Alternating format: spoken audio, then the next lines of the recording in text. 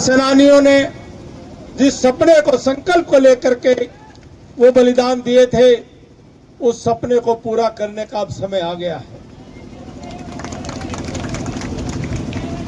एक बार सोच करके देखो, ये जो तिरंगा यात्रा जैसा उत्सव हम हमारे दुनिया के सर्वाधिक लोकप्रिय जननेता भारत के प्रधानमंत्री नरेंद्र भाई मोदी जी के आह्वान पर पूरे देश में कर रहे हैं, ये केवल एक कपड़े का टुकड़ा डंडे पर बांध करके चंद किलोमीटर की यात्रा नहीं कर रहे। हम इस तिरंगा यात्रा के माध्यम से अपने उन वीर सेनानियों को नमन करते हुए, उनके प्रति अपनी कृतज्ञता के भाव प्रकट करते हुए नई पीढ़ियों को भी प्रेरणा देने का प्रयास कर रहे हैं कि नई पीढ़ियां भी समझें कि आजादी से पहले गुलामी के मायने क्या थे। हमारा कुछ भी हमारे हाथ में नहीं था, अनाज भी पैदा करते थे तो अंग्रेज की सरकार हो या मुगलों का बादशाह हो, वो उसके ऊपर उसका अधिकार रहता था। जो मर्जी चाहे, जितना मर्जी चाहे, वो लगान वसूल करके लोगों को बड़ी मुश्किल से 2 जून की रोटी नसीब होने देते थे। देश को लूट करके विदेशों की तिजोरियां, खजाने भरे जा रहे थे और भारत के अंदर अगर कोई महामारी आ गई, कोई बीमारी को प्लेग जैसी बीमारी में कहा जाता है कि लाखों लाखों लोग मारे गए, कोई दवाई देने वाला नहीं था। प्रथम विश्व युद्ध हुआ, द्वितीय विश्व युद्ध हुआ, हमारे लोग भूखे मर गए, लेकिन यहां से अन्न अनाज उठा करके और लड़ाइयों के अंदर लगा दिए गए। हमारा किसी चीज पर कोई अधिकार नहीं था। स्वामी दयानंद ने कहा था कब 1875 में कि स्वदेशी राजा कैसा ही हो, वह विदेशी राज से अच्छा ही होता है। 1857 की क्रांति के अंदर कितने ही रणबांकुरों ने अपने देश की आजादी के अंग्रेजों के खिलाफ जो प्रथम देशव्यापी लड़ाई में हिस्सा लिया, और ये हांसी जिला हमारा, उस हांसी जिले ने तो बहुत बड़ा उस 1857 की जंग में योगदान दिया था। जो लाल सड़क हांसी में आज हम देखते हैं, वो 1857 की लड़ाई में, उसके बाद अंग्रेजों ने जो हमारे स्वतंत्रता सेनानी थे उनके ऊपर गिरडी चला करके उनके खून से वो सड़क लाल हुई थी, इसलिए उसका नाम आज भी लाल सड़क के तौर पर याद किया जाता है। हमारे इस इलाके के बहुत लोगों ने स्वाधीनता संग्राम के अंदर हिस्सा लिया था।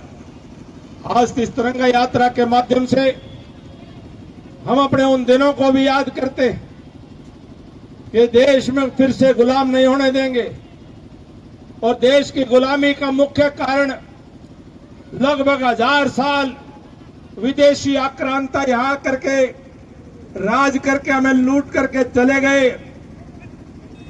आप सोच करके देखो, 1000 साल जो देश गुलाम हुआ हो, उसके ऊपर क्या बीती होगी। और उसका एक ही कारण था कि हम लोग आपस में बटे रहते थे, हम एक दूसरे के कहीं ना कहीं जुड़ करके नहीं चलते थे।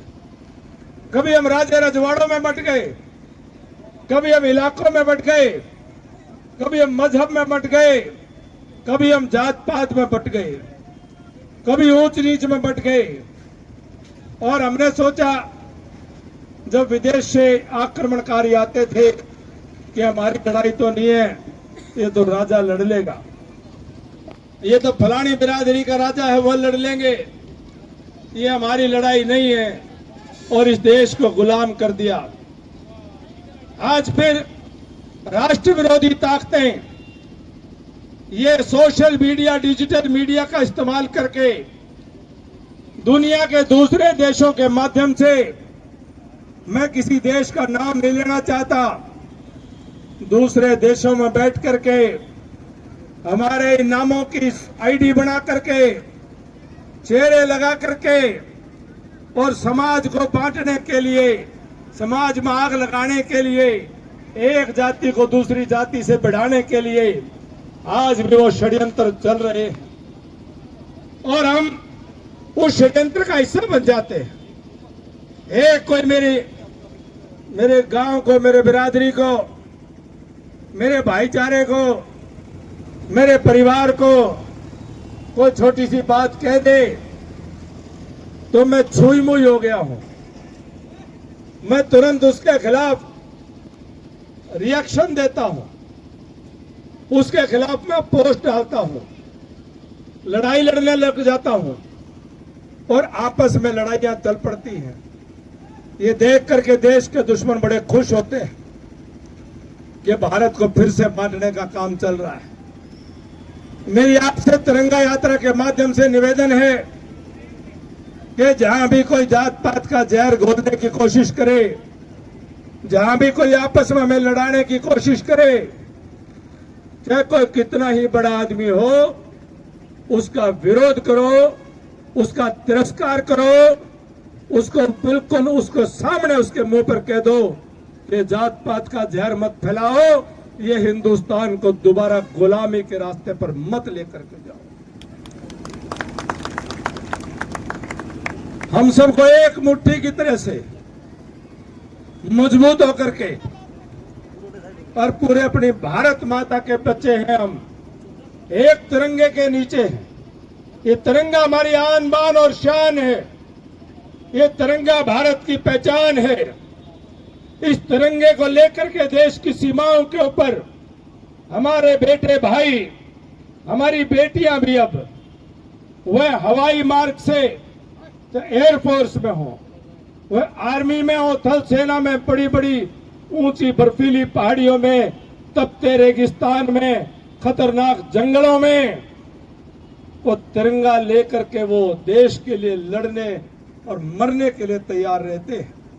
चाहे वो जल मार्ग में नेवी के हमारे रणबांकुरे हों, उस तिरंगे के को लेकर के और कोई देश के काम आता है तो जिस मां का बेटा देश के काम आ जाए, जिस बहन का भाई देश के काम आ जाए, जिस पत्नी का सुहाग देश के काम आ जाए और जिन बच्चों का सर का साया देश के काम आ जाए, तो उनको मन में पीड़ा होती है, लेकिन जब तिरंगे में लपट करके आता है तो वो भी सलूट करके गौरवान्वित महसूस करते हैं। ये तिरंगा, ये देश को समर्पित जीवन का ये सबसे बड़ा प्रमाण और पहचान है। किसी भी देश की पहचान उसके ध्वज से, उसके झंडे से होती है। ओलंपिक हो, कॉमनवेल्थ, ओशियाड, कोई अंतर्राष्ट्रीय स्पर्धाएं हो, और जब कोई मेडल जीतता है और वो डायस पर चढ़ता है और उसके साथ में उसके देश का झंडा ऊंचा चढ़ता है, तो मेरे गांव के बेटा बेटी जब वो मेडल लेकर के आते हैं तो उनके गले में मेडल की खुशी उनको इतनी नहीं होती जितनी ज्यादा खुशी अपने तिरंगे को ऊंचा उठते हुए देख करके होती है। आपको और मेरा ध्यान भी टेलीविजन पर उनके मेडल के साथ साथ उस ऊंचे चढ़ते हुए तिरंगे को देख करके हमें गर्व महसूस होता है। इसलिए तिरंगा कोई एक कातर नहीं है, ये कपड़े का टुकड़ा नहीं है, ये मेरी भारत माता की शान है, आन है और बान है। और हम सबको इसके लिए पूर्ण समर्पण के साथ ये यात्रा हम लेकर के निकलेंगे। कोई राजनीतिक यात्रा नहीं है, ये देश के लिए समर्पण की, देश के लिए यज्ञ में एक आहुति देने का काम है। गर्मी कितनी भी हो कोई परवाह नहीं, दौलत राम जी आप तो कर लियो आराम, आपकी तबीयत ठीक नहीं, लेकिन हमें कोई परवाह नहीं। यहां से सब चलेंगे, मर्यादा से चलेंगे, तौर तरीके से चलेंगे, तहजीब से चलेंगे, तरतीब से चलेंगे, सब मिल करके चलेंगे और जयकारे लगाते हुए भारत माता के, हम सब भारत माता की जय करते हुए, वंदे मातरम करते हुए हम यहाँ से चल करके और अपना रेस्ट हाउस तक जो है हम चलेंगे। सबसे आगे कौन नेतृत्व करेंगे बताओ? सबसे आगे कौन चलेंगे? हमारी मातृशक्ति। जो मोदी जी ने कहा है कि अब देश की आधी आबादी को उनके हाथों में देश को सौंपना है, अब उनके हाथों को मजबूत करना है, अब उनके हाथों में देश की कमान को सौंपना है। समाज के हर काम में जब सीमाओं पर वर्दी पहन करके हमारी बहन बेटियां देश के लिए लड़ रही हैं, हवाई मार्ग से वह लड़ रही हैं, जल मार्ग से लड़ रही हैं, कुश्ती और बॉक्सिंग में हमारे लिए, एथलेटिक्स में मेडल लेकर के आ रही है, तो हमारी बहन बेटियां, हमारी मातृशक्ति वह हर क्षेत्र में अगवानी करने के योग्य है। सबसे आगे बहन बेटियों का, हमारी मातृशक्ति का जत्था चलेगा और 5-5 की लाइन लगाइयो, 5 फिर उसके पीछे 5 फिर उसके पीछे 5 और गैप रख करके झुंड ना करियो, कदे गीत गाने लग जाओ पट्टी सारी, झुंड नहीं करना, अनुशासन में बना करके बच्चों को भी दिखाई दे। जैसे बच्चे स्कूल में लाइन से चलते हैं, बच्चों को लगे कि हम भी स्कूलों में कुछ सीख करके आए, हम भी अनपढ़ नहीं है, हमें भी कुछ मालूम है। उस तहजीब और तरतीब से चले और उन मातृशक्ति के पीछे फिर अगली पंक्ति में हम मास्टर उदय सिंह लोहान जी हमारे सबसे वरिष्ठ हैं और राजेंद्र लांबा जी हैं, इनका साथ लेकर के, और जो हमारे चेयरमैन साहब हैं इनका साहिबान है, इनका साथ लेकर के विजेंद्र जी हैं, इनके साथ हम अगली पंक्ति में होंगे और फिर उसी तरह से 5-5 जने और चारों मंडल अध्यक्ष ये 10-10 लाइन के बाद एक के खड़े हो जाए। सबसे आगे जो है नारनौंद मंडल, उसके बाद में है बास मंडल और फिर है खेड़ी चोपटा मंडल और फिर है सिसाई मंडल। 10-10 देर आगे आने के चक्कर में तो हम अनुशासन खराब करो। मंडल अध्यक्ष पाछे रहेंगे, ये पाछे लेकर आओगे, ठीक है? जहां आगे करने के आगे कर दिए और जहां पीछे करने के वहां पीछे करांगे। यही बीजेपी का अनुशासन।